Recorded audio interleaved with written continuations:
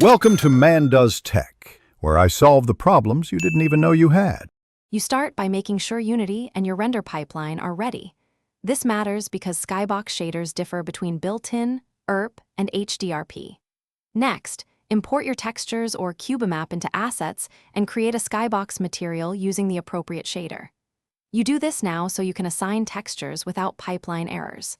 Once the material exists, open lighting settings, you'll assign the Skybox there. This immediate setup prevents rework later and keeps lighting consistent as you proceed.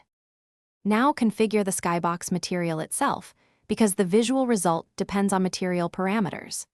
Choose procedural for dynamic sky control or a CubeMap/6-sided shader for fixed images. This choice affects exposure and rotation controls.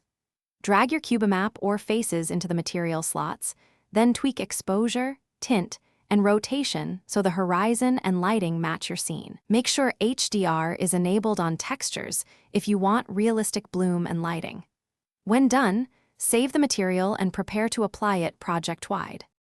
Finally, apply the Skybox in lighting settings by assigning your Skybox material to the Environment Skybox slot so global lighting adapts. You do this last to update ambient and reflection probes. In HDRP or ERP, use volume profiles or camera overrides when you need per scene variation. Once applied, bake GI or refresh reflection probes to capture the new sky's influence. If colors look off or reflections missing, check texture import for HDR, rebake probes, and ensure the camera isn't overriding the Skybox. This single tip fixes most issues.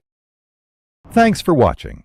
If you found this helpful, don't forget to like and subscribe.